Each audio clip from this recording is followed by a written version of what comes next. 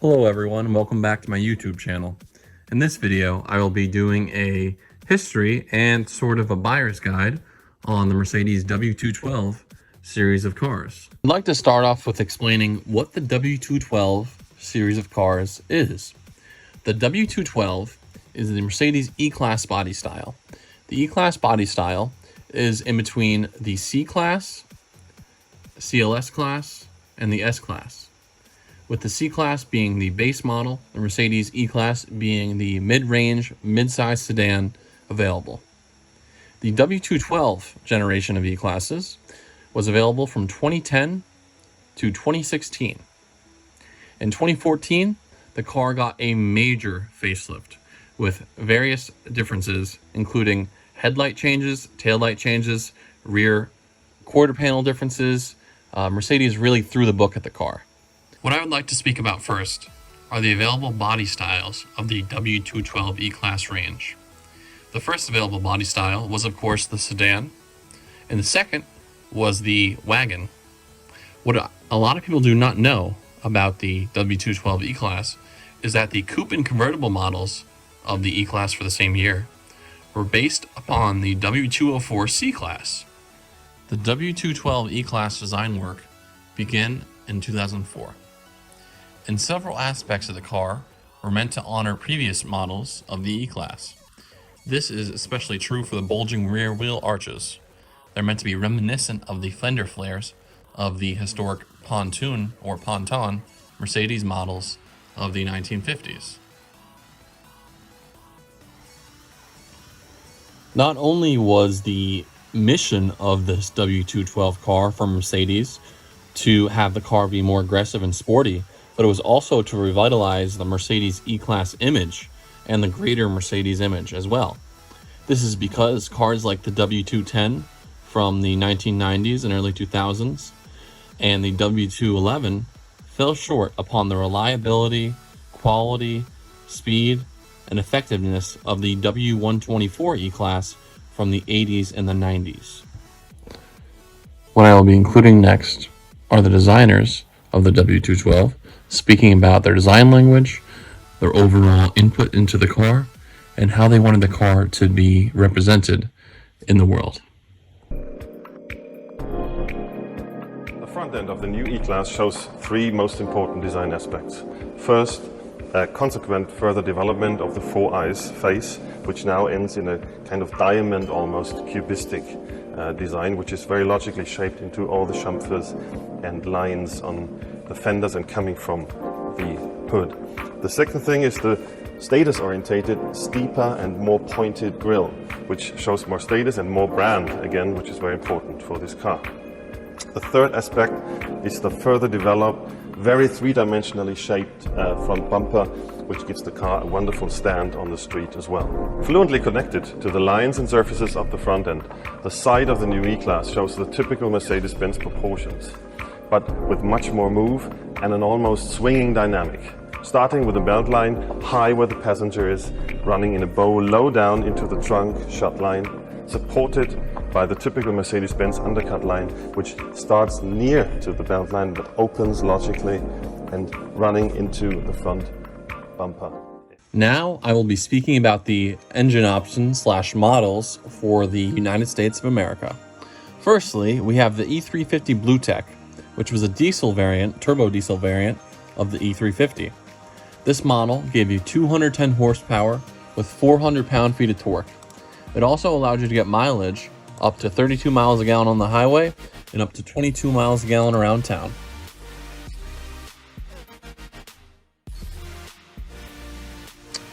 Next, we have the E350.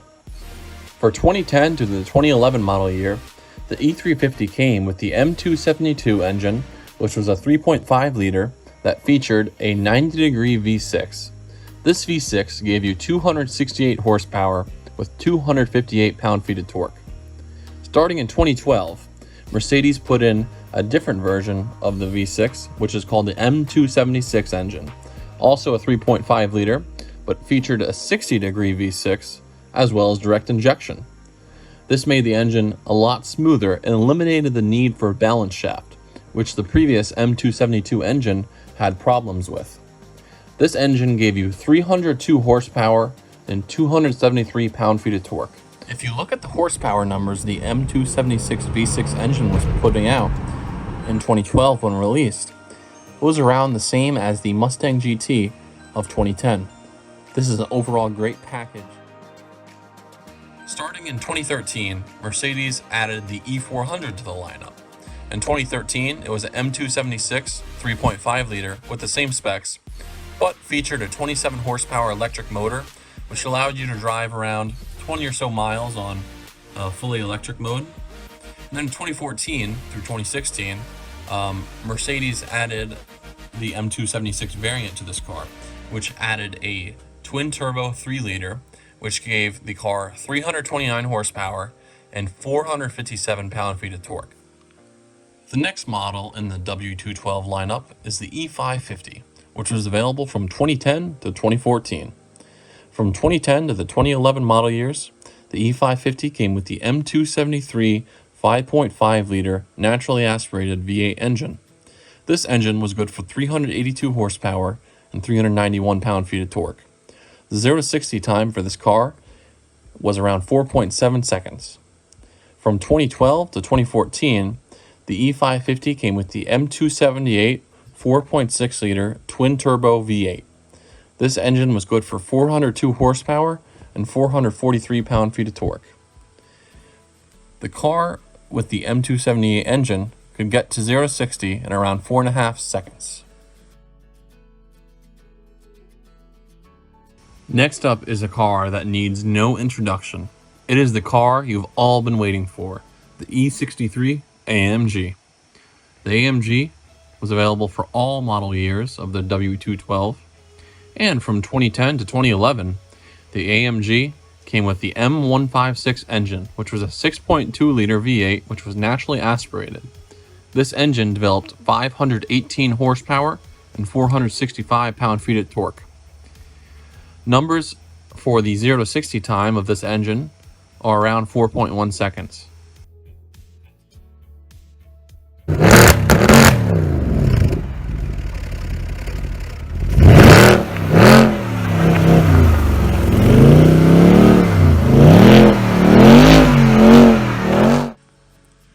From 2012 to 2016, the E63 got paired with the M157 engine, which was a 5.5 liter V8 twin turbocharged and with direct injection. The regular model has 550 horsepower and 531 pound-feet of torque. Before the facelift, the car had a 0 to 60 time of around 3.8 seconds. The shifts snap off almost instantaneously. Aided by launch control, acceleration runs are only a tick behind a Porsche 911 Carrera S on the sprint towards 60 miles an hour. A new front suspension and revised tuning has taken the wallow out of the standard E-Class and given the E63 near perfect. The S model, which was available in the facelift and also used the M157, had 577 horsepower and 590 pound-feet of torque. The 0 to 60 time with this engine tuned is around 3.4 seconds.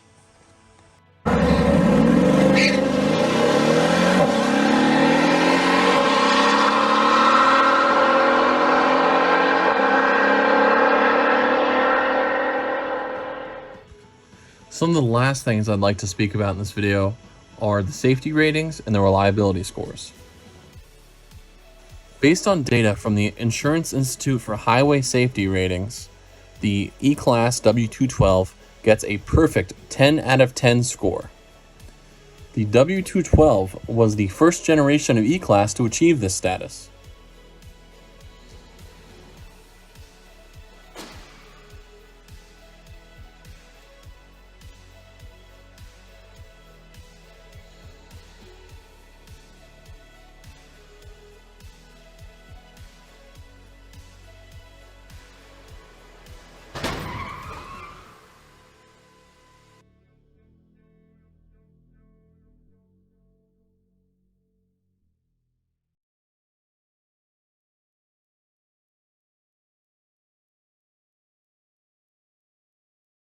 The next thing I'd like to speak about is the reliability.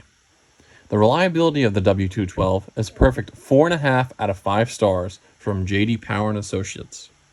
I'd like to also add some personal input into this. I have a 2013 E350 AMG Sport Package 4MATIC, and it has been absolutely solid. No problems with reliability, and I hope to have it for very many trouble-free years. Thank you so much for watching my video on the Mercedes E-Class W212 generation. I hope you enjoyed it. I thoroughly enjoyed making it and think it is a fantastic car.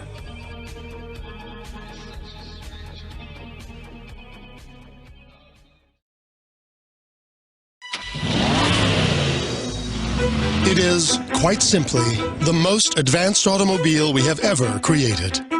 A car that can help awaken its driver if he begins to doze, keep him in his lane if he starts to wander, even stop itself if he becomes distracted. If you want to see the future of the automobile, just look at where the new E-Class is today. This is the 9th generation E-Class. This is Mercedes-Benz.